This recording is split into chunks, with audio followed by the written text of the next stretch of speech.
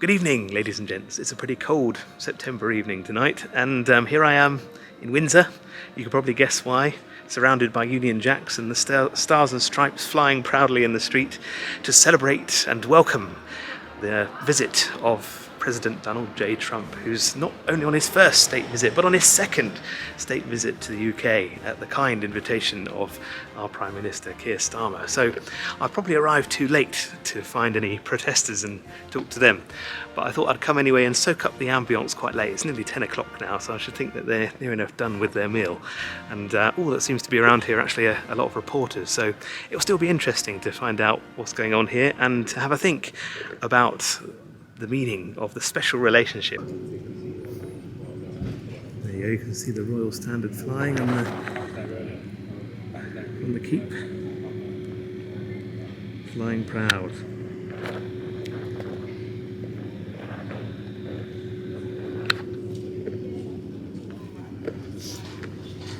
Hi, am I alright to come through here? Yeah. Oh, brilliant, thanks.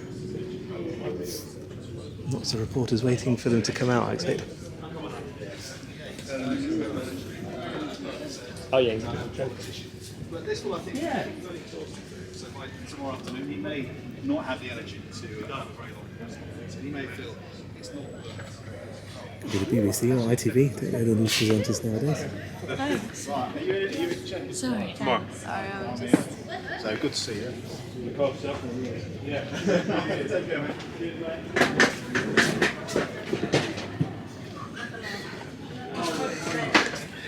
It's Australian.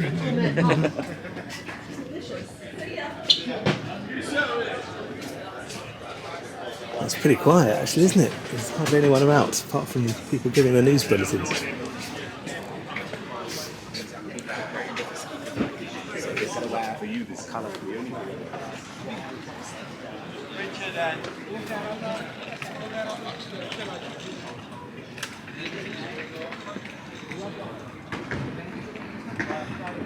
International news, by the sound of it, please. And unfortunately the big projection on the wall of the castle has been taken off. I think the people that put it on there have been arrested, I've read today. Led by donkeys, I think it was the group that put that projection up there. Have you ever socialized with Donald Trump in the presence of females under the age of 18? Though I'd like to answer that question, at least today, I'm going to have to assert my 5th, 6th, and 14th Amendment rights, sir. By the way, this was around about the time that Prince Andrew was photographed walking with Epstein in Central Park. Would you declassify the Epstein files? Yeah, I would.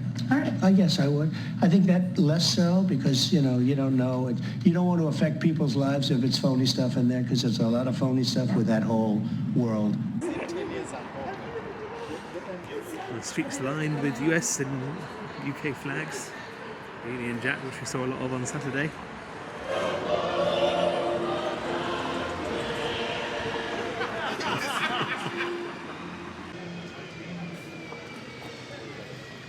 Now there's all these cars here with blacked out windows. I don't like to know if, well, I like to think they're Secret Service or something, but they're probably just taxis.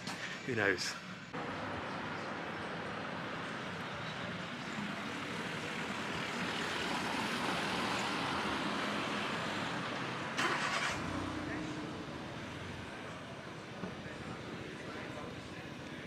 So then, let's talk about this special relationship, shall we? Because it's something that's often discussed in what we're trying to do in negotiating or trying to welcome Donald Trump to this country for the second time, to try and get round him, to keep this special relationship going.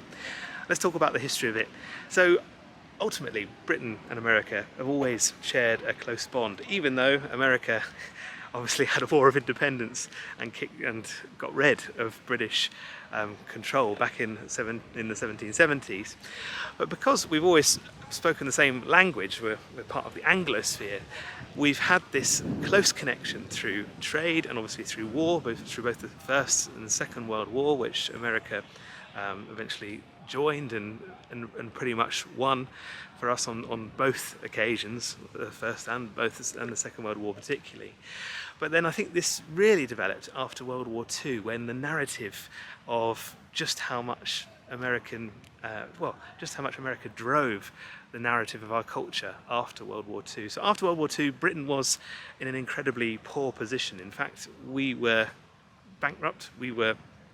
Our capital city had been blown to bits during the Blitz in World War II. The country needed a lot of rebuilding and needed a lot of investment.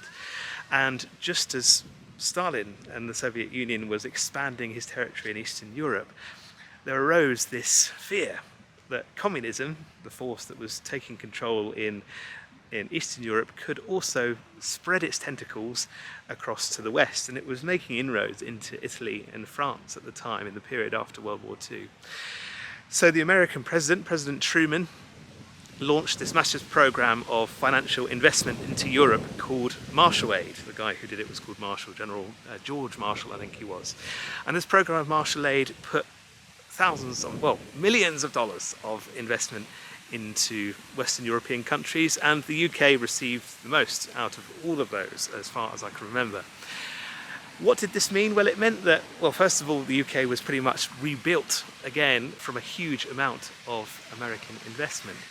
So what I'm trying to say here is that it was from this moment, from the aftermath of World War II and the beginnings of the Cold War, that American influence in Western Europe, in Britain particularly, became ever more poignant, and the ties between Britain and America really grew ever stronger. You've got the very close relationship between President Ronald Reagan and Margaret Thatcher in the 80s, which took place.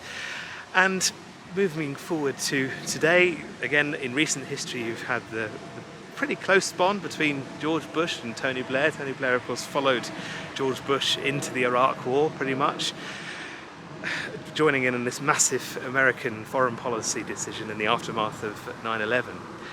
Today, though, we've got a president in office who is pretty much, for want of a better word, unprecedented in how he seems to operate.